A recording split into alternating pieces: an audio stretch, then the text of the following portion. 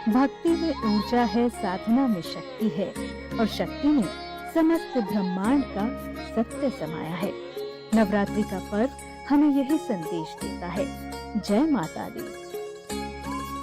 जय माता दी। इन दिनों शारदीय नवरात्रे चल रहे हैं और फिर चाहे माता की स्तुति हो या फिर आत्म उन्नति का विशेष अवसर, चाहे गरबा डांडिया की धूम हो या फिर धुनुची की महक, रामलीलाओं का मंचन हो या फिर मेलों का आयोजन, उत्सव और उमंग से भरे ये पर्व हमारी संस्कृति का गर्व। और ये पर्व हमारी मानसिक सेहत से कैसे जुड़ते हैं, इस पर बातचीत के लिए डीडी मॉर्निंग शो में स्वागत कीजिए आचार्य प्रतिष्ठा जी का। नमस्कार। नवरात्रों की आपको बहुत बहुत बधाई।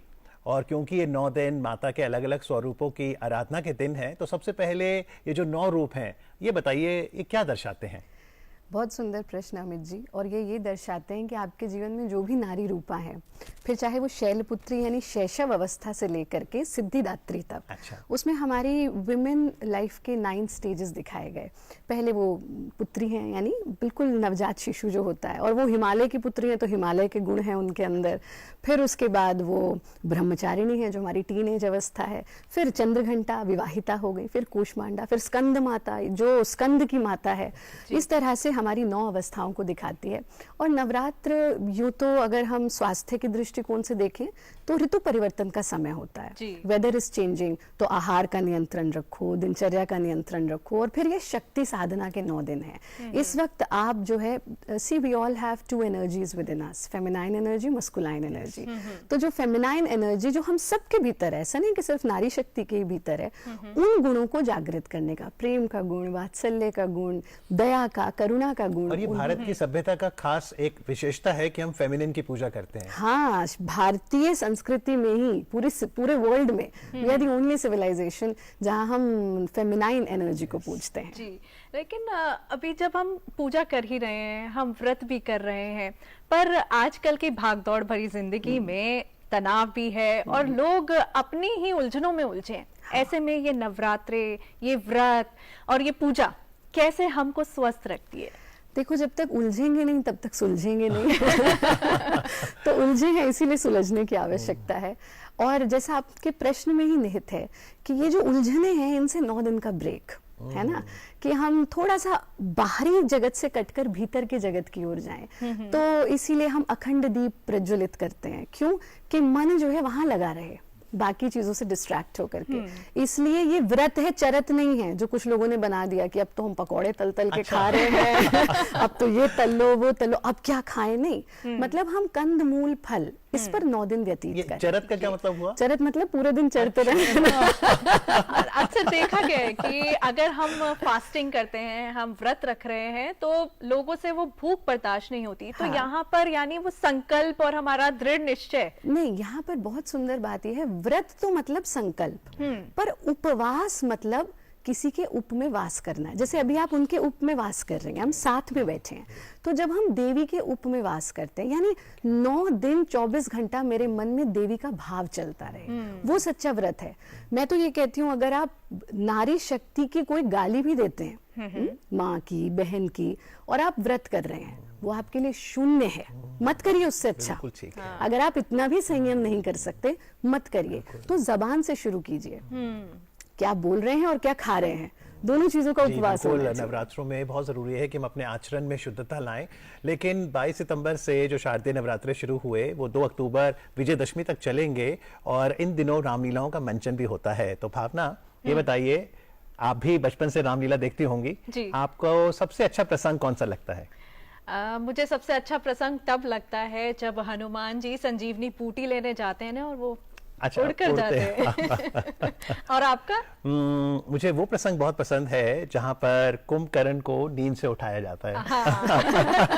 आचार्य प्रतिष्ठा जी, आपका रामलीला का कौन सा प्रिय प्रसंग है? मैं तो ये कहूंगी अमित जी, पूरी की पूरी रामायण ही मर्यादा पुरुषोत्तम राम पर टिकी है। लेकिन क्योंकि नवरात्र चल रहा है, हालांकि हर प्रसंग अपने आप में एक बहुत बड़ा मैसेज है, पर विशेष रूप से अगर नवरात्र के कॉन्टेक्स्ट में बात करें तो जब सीता माँ जो है वो रावण के वो उन्हें अपहरण करके लेके जाते हैं और वहां वो कहती हैं कि तृणधरी ओट कहत बैदेही सुमिरो अवधपति परम स्नेही सुन दशमुख खद्योत प्रकाशा कबहू की नलिनी करई विकासा। यानी नारी शक्ति का जो एक बहुत बड़ा उदाहरण कि वहां वो भयभीत नहीं है, वो कह रही है तिनके की ओट से भी मैं तो श्री राम का स्मरण करके यहाँ पर बैठी हुई हूँ, मुझे किसी चीज का कोई भय नहीं है। तो मेरे ख्याल से ये एक बहुत पर सुंदर आपको लगता है कि रामायण में चाहे सीता माता हो या फिर उर्मिला जी हो या फिर कौशल्या जी हो या कैकेयी ही क्यों ना हो, मंथरा हो या मंदोदरी क्यों ना हो, ये सभी अपनी अपनी जगह नारी शक्ति को दिखाती हैं? बिल्कुल दिखाती हैं। आप देखिए आज जहाँ पति पत्नी की बात नहीं सुनता, वहां उन्होंने उनकी बात पर कितना बड़ा पूरा का पूरा रामायण ही रच दी। तो हर क्योंकि रामायण जो है वो मर्यादाओं की कथा कहती है। हर कथा, महाभारत एक अलग कथा कहती है, तो रामायण मर्यादाओं की कथा कहती है। तो हर कोई अपनी मर्यादा में बंद करके जी रहा है, ये एक बहुत सुंदर उसका। फिर एक और चीज आती है, त्रिजटा संग बोली कर जोरी माँ तो विपत्ति संगिनी तैमूरी। जैसे आप राक्षसी कह रहे हैं, सीता कह रही है तू तो मेरी माँ समान है और इस दुख में तू ही मेरे साथ है। तो हर नारी रूप को एक बहुत सुंदर तरीके से प्रदर्शित किया गया है। तो विजयदशमी के दिन जब हम रावण दहन करते हैं तो अब वो रावण का पुतला तो हमने जला दिया, लेकिन जो हमारे भीतर रावण बैठा है उसका क्या करें? अब दशमुख है ना, मतलब 10 सरों को, वो हमारे बहुत उसकी अलग अलग व्याख्या है कि अहंकार है, क्रोध है, मद है, मोह है, लोभ है। तो जैसे हमने कहा व्रत कर लिया पर नारी के प्रति सम्मान नहीं है तो उसका कोई लाभ नहीं। पुतला जला दिया लेकिन अपने भीतर के अहंकार को नहीं जलाया, अपने भीतर के क्रोध को नहीं जलाया, तो फिर उसका भी कोई लाभ नहीं है। तो रावण का जो चरित्र है वो तो जिसने रुद्राष्टकम दे दिया, तो अगर चरित्र की बात करें और ज्ञान की बात करें तो रावण जैसा ज्ञान ही कोई नहीं है, लेकिन क्योंकि उसका अहंकार इतना बड़ा है कि वो उसे विलेन का पात्र बना देता है। यानी हमें अहंकार और अपने जो अवगुण हैं उन्हें पहचान के उसका दहन करना होगा। ये वो दिन भी हैं आचार्य प्रतिष्ठा जी जब दुर्गा पूजा पंडालों में हमें धुनुची की महक सुगंध मिलती है। तो दुर्गा पूजा क्या संदेश देती है? दुर्गा पूजा तो सीधा सीधा ये संदेश देती है कि नारी शक्ति इतनी बड़ी है कि महिषासुर जैसा जो राक्षस है उसका वध कर सकती है वो। और ये संदेश दिया कि जिसका कोई वध नहीं कर पाया वहां हमें नारी शक्ति को लेकर के आना पड़ा। और फिर उसमें जिस चीज को हम जला रहे हैं, अगर हम नारियल के बालों की बात करें या कपूर की बात करें, तो यज्ञ की परंपरा हमारी बहुत पुरानी परंपरा है। और जब किसी भी चीज को अग्नि में डालते हैं तो उसका प्रभाव 100 गुना हो जाता है। जैसे आप 5-6 मिर्च खा सकते हो पर एक मिर्च कोई आग में डाल दे, कहेंगे ओहो तो कुछ हुआ है। तो इसलिए जो भी हमारे हेल्थ के पॉइंट ऑफ व्यू से उस ऋतु परिवर्तन में आवश्यक चीजें हैं, जैसे नारियल का जो औषधीय गुण है वो बहुत अधिक है। मतलब उसके बाल से लेकर उसके पानी से लेकर उसको खाने तक एवरीथिंग, इसीलिए हम उसे हमेशा मंदिर में चढ़ाते हैं, उसको जलाया जाता है। तो दुर्गा माँ क्रोधित हुई तो महिषासुर का वध हुआ। नारी शक्ति अगर क्रोधित होगी तो क्या होगा और कैसे अपने क्रोध को कंट्रोल में रखे? दुर्गा माँ क्रोधित नहीं हुई, बहुत बड़ा अंतर है क्रोध आना और क्रोध दिखाना में। वो एक नियंत्रित क्रोध है जिसकी आवश्यकता है। अभी लोग कहते अच्छा तो योग वाले हैं ना तो इनको कुछ भी कह लो, पर नहीं, कभी कभी तो क्रोध दिखाना पड़ता है ना। तो इसी तरह से उन्होंने संदेश दिया कि नारी को भी जहां उसकी मर्यादा से बात आगे चली गई, जहां समाज की सुरक्षा की आवश्यकता, तो क्रोध दिखाना आवश्यक है। पर सही मायने में अपने भौतिक आजकल के जीवन में क्रोधित ना ही रहो तो अच्छा है। हास का पालन करो, हंसते रहो, खुश रहो और देवी की आराधना करते रहो। बिल्कुल। और इस समय जो दृश्य भी हैं, चाहे आप बाजार जाएं वहाँ की रौनक दिखती है, चाहे आप मंदिरों में जाएं तो वहाँ की सजावट जो है बहुत ही आकर्षित करती है, और मेलों में जाना किसको अच्छा नहीं लगता। तो आप कहेंगे अच्छी मानसिक सेहत के लिए जो दर्शक हैं वो थोड़ा डिजिटल डिटॉक्स करें, रील से हटके जाएं बाजार, मंदिर और मिले जुले। एब्सोल्युटली, हमने ह्यूमन कनेक्ट खत्म कर दिया अमित जी। ह्यूमन कनेक्ट, अभी आप लोग जब ये शो कर रहे हैं हम कितनी सुंदर 2 आंखें देख रहे हैं, वरना आदमी पूरा दिन जो है बस मोबाइल देख रहा है। तो हम तो यही कहेंगे निकलिए थोड़ा घरों से बाहर, जाइए, रियल ह्यूमन से मिलिए। और जो हम रामायण को भी टेलीविजन पे देख रहे हैं, जरा जाकर के देखिए, रामलीला को देखिए, ये सब चीजें बहुत बड़ा एक परिवर्तन हमारे मानसिक स्वास्थ्य में लेकर। जिस तरह हम अभी चित्र भी देख रहे हैं, विजुअल्स हैं मंदिरों के, किस तरीके से भक्तों का तांता लगा है और पूरे श्रद्धा भाव के साथ वो उपासना कर रहे हैं माँ की। तो गुरु माँ, अभी इन दिनों में घट स्थापना की जाती है, जौ भी उगाए जाते हैं, इनका क्या सिग्निफिकेंस है? घट स्थापना, वाटर हैज मेमोरी, जल में मेमोरी होती है, तो हम एक घट स्थापित करते हैं और उस अवधि में जितने हम मंत्र बोलते हैं, जितना हम पूजन करते हैं, उसमें वो सारी मेमोरीज, अब तो विज्ञान कह रहा है वाटर हैज मेमोरी, इसलिए सीधा टैप से आता हो पानी मत पियो, उसे तांबे के बर्तन में रखो, फिर उसका सेवन करो।